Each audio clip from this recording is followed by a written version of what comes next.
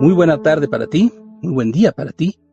Nuevamente estoy contigo, yo soy Henry Main, y mi interés en este día es presentarte un libro más, platicarte de él. Ojalá te interese.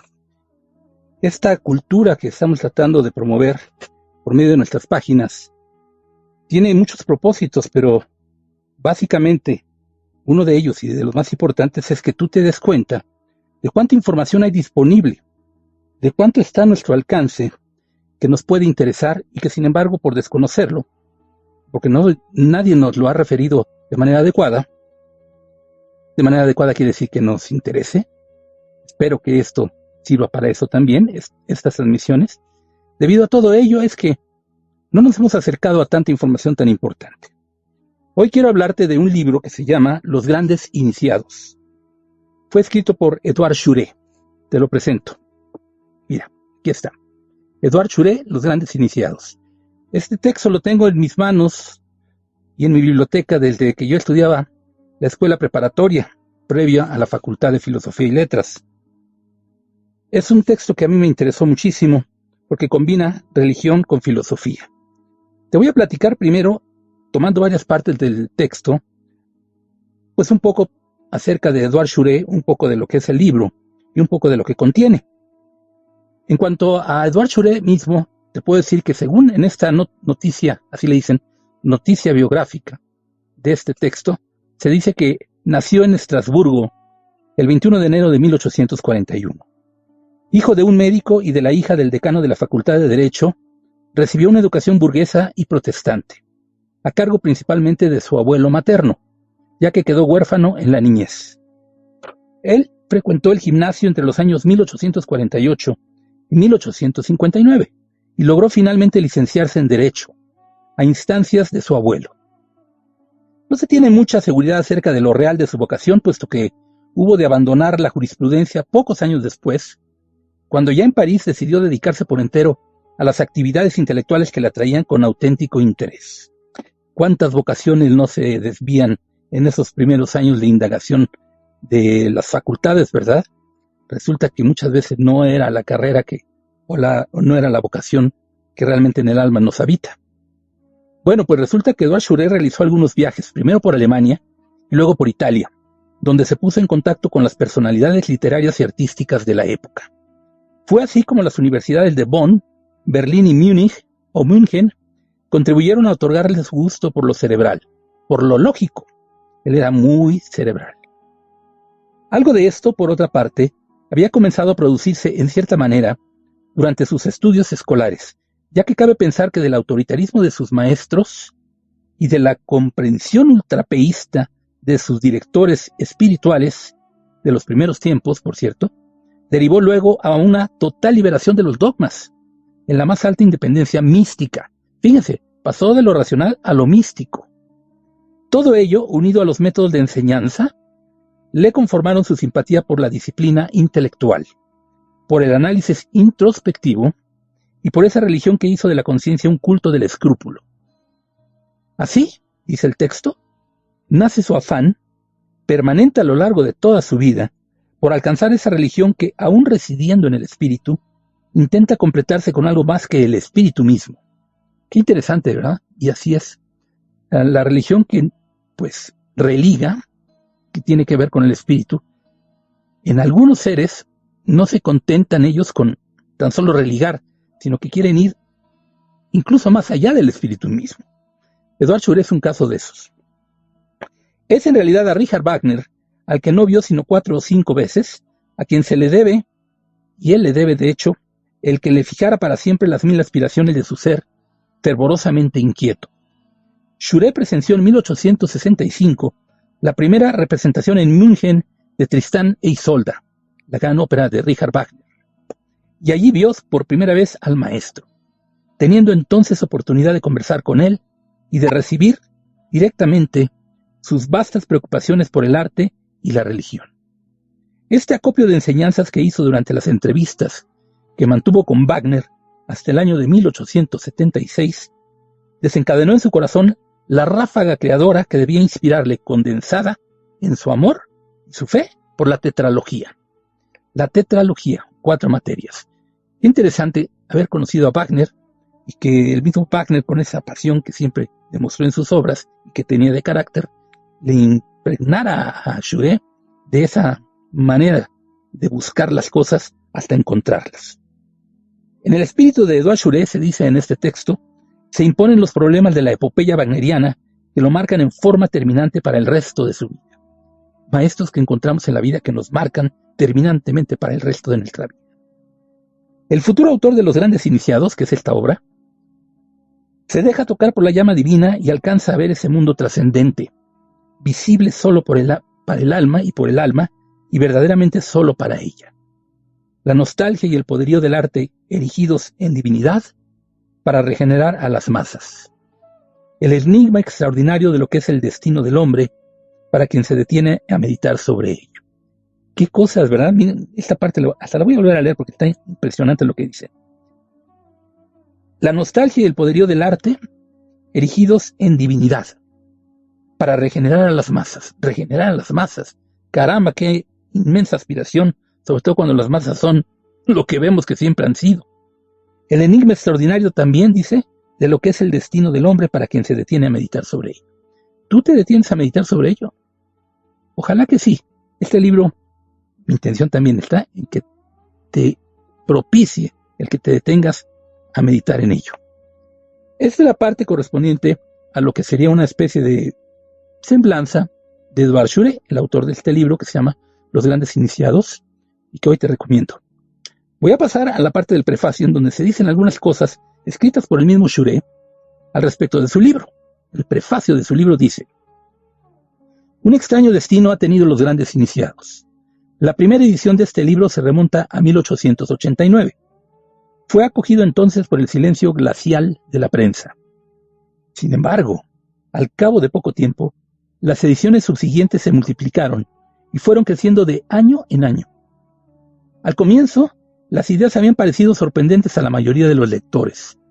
Provocaban por igual la desconfianza de la universidad y de la iglesia, la frialdad y el desprecio que le demostraban entre nosotros, los más autorizados jueces, no impidió su éxito europeo. El libro lo había conseguido por sus propias fuerzas y proseguía modesta, pero seguramente, su camino en la oscuridad. Esto dice Schuré, y agrega: puesto que Los Grandes Iniciados ha proseguido su marcha ascendente y franqueado todos los obstáculos, no obstante los prejuicios tradicionales que le obstruían el camino, cuando no, ¿verdad? Los prejuicios tradicionales, cuando no obstruyen caminos. Básicamente, hasta se puede decir que para eso están, ¿verdad? Para obstruir caminos, los prejuicios tradicionales. Dice además: debo llegar a la conclusión de que existe una fuerza vital en el pensamiento básico, dado que ni esos prejuicios tradicionales pudieron detener su marcha ascendente. Dicho pensamiento no es otro que una aproximación lúcida y resuelta de la ciencia y la religión. Una vez más, un texto más que te recomiendo, donde se trata de sintetizar ciencia y religión. En Los Grandes Iniciados también se intentaba. Dicho pensamiento no es otro que una aproximación lúcida y resuelta de la ciencia y la religión, cuyo dualismo ha socavado los fundamentos de nuestra civilización y nos amenaza con las peores catástrofes. El dualismo, o sea, este enfrentamiento entre lo que dice aquí ciencia y religión, es lo que ha socavado a nuestra civilización y nos amenaza con las peores catástrofes. Efectivamente, ¿cuántos países no están en guerra debido a ideas, ya no digamos que filosóficas como en los tiempos del marxismo o del comunismo, sino ahora también, y bueno, desde siempre, pues ideas de corte de religión o de iglesias o de religiosidad? Pues siempre ha sucedido eso. Pero este dualismo es trágico, no debiera de ser más. Estamos entrando en posibilidades de que ya no sea así, si así lo buscamos.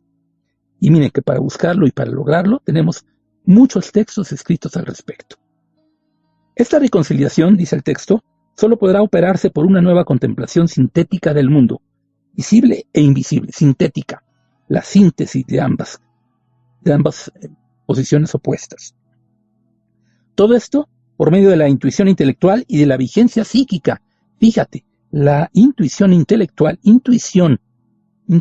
no razonamiento intelectual, intuición intelectual y la vigencia psíquica, el espíritu en forma. Únicamente la certidumbre del alma inmortal puede convertirse en una base sólida de la vida terrena, y únicamente el entendimiento de las grandes religiones, por un retorno a su fuente común de inspiración, puede asegurar la fraternidad de los pueblos y el porvenir de la humanidad. Esto escribía Édouard Schuré como prefacio de su texto. Ya entrando en la introducción sobre la doctrina esotérica, que es la primera parte de este libro, voy a leer un párrafo más por lo importante. Lo dice Schuré mismo: el mayor mal de nuestro tiempo es que la ciencia y la religión aparezcan como dos fuerzas enemigas e irreductibles. Mal intelectual tanto más pernicioso cuanto que proviene de lo alto y se infiltra sorda pero seguramente en todos los espíritus, como un sutil veneno que se respira en el aire. Ahora bien, todo mal de la inteligencia se convierte a la larga en un mal del alma y por consecuencia en un mal social. Este racionalismo exacerbado de Occidente en el que hemos estado metidos, en donde la ciencia está puesta como en lo último del pensamiento racional, que efectivamente dicta si esto es o no es en el universo o en las realidades accesibles a los sentidos del hombre, es llevada al extremo, como se ha llevado efectivamente en muchas ocasiones, un mal que deriva en males mayores aún, pues no solamente para la persona, para los grupos de personas, para las sociedades, sino también para el espíritu humano, para el alma humana, para la encarnación del espíritu a través de los seres humanos. Miren, todo esto es como para decir de qué trata el libro. Pero ahora te voy a decir efectivamente las materias que contiene. El libro se llama Los Grandes Iniciados. Bueno, ¿de quiénes habla? ¿Quiénes son esos grandes iniciados de los que aquí se hablan? Te voy a ir refiriendo uno por uno según el índice. Y algunas cosas que son tomadas como materia para elaborar sobre cada uno de ellos y por qué Schuré los consideraba grandes iniciados. El primero de ellos es Rama. Él dice, el ciclo ario, así le llama como subtítulo al libro primero, así le llaman, el libro primero, Rama.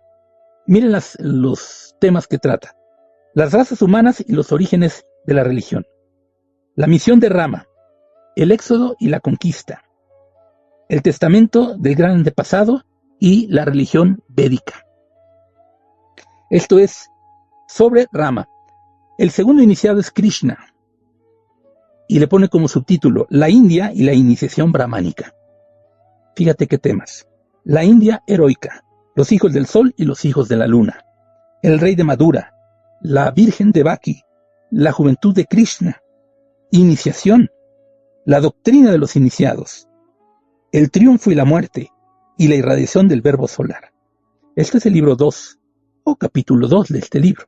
El tercer iniciado es Hermes, y le pone los misterios de Egipto. Hermes Trismegisto. Y mira los temas, dice, la Esfinge, Hermes, Isis, nuevamente Isis, ¿te acuerdas que te hablé de Isis sin velo ayer? Bueno, aquí está otra vez, Isis, la iniciación, las pruebas. Osiris, la muerte y la resurrección. La visión de Hermes, ese sería el tercer iniciado. El cuarto, Moisés, y le pone como título la misión de Israel. Entre los temas que trata dice la tradición monoteísta y los patriarcas del desierto. La iniciación de Moisés en Egipto, ¿qué tal lo que se revela? Su huida a casa de Yetro, el Sefer Bereshit, la visión del Sinaí, el éxodo, el desierto, magia y teurgia y la muerte de Moisés. El quinto de los iniciados que se mencionan es Orfeo, los misterios de Dionisos. Probablemente sea el que menos referencia tengas tú de él. Orfeo, la Grecia prehistórica, las bacantes, la aparición de Orfeo, el templo de Júpiter, fiesta dionisíaca en el Valle del Tempe, evocación y la muerte de Orfeo. El sexto de los iniciados es Pitágoras, y nos habla de los misterios de Delfos. Nos describe a Grecia en el siglo VI, los años de viaje, el templo de Delfos, la orden y la doctrina, la prueba, y nos habla de los grados de la iniciación, según la escuela pitagórica. Primer grado, preparación, el noviciado y la vida pitagórica. Segundo grado, purificación, los números y la teogonía. Tercer grado, perfección, cosmogonía y psicología, la evolución del alma. Cuarto grado, epifanía, el adepto, la mujer iniciada, el amor y el matrimonio. ¿Cómo te parecen esos temas? El séptimo iniciado del que se habla en este libro es Platón. Como subtítulo le pone Shuré, los misterios de Eleusis. Nos habla de la juventud de Platón y la muerte de Sócrates, la iniciación de Platón y la filosofía platónica, y los misterios de Eleusis. Tan solo los misterios de Eleusis, leer sobre ellos, vale todo el libro. Ya verás cuando llegues a él. Ojalá que te interese. El octavo iniciado es Jesús, y habla de la misión de Cristo.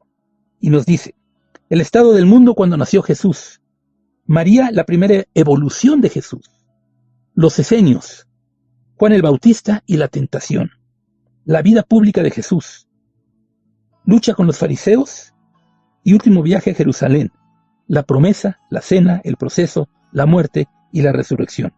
Y finalmente la promesa y el cumplimiento y el templo. Esto sobre Jesús y es el octavo de los iniciados. Hay más. El noveno es Zoroastro. Zaratustra también le decían. Las etapas del verbo solar. Persia, juventud de Zoroastro. La voz en la montaña, el gran combate, el ángel de la victoria. Faltan. El noveno iniciado es Buda. De él se habla en este texto y nos dice, la India al aparecer el Buda, la juventud de Buda, soledad e iluminación, la tentación a Buda, que también la tuvo Jesús, la enseñanza y la comunidad budista, la muerte de Buda y conclusiones. Y como un extra nos habla Shuré de Jesús y los esenios, y nos describe esa relación que tuvieron, según el texto.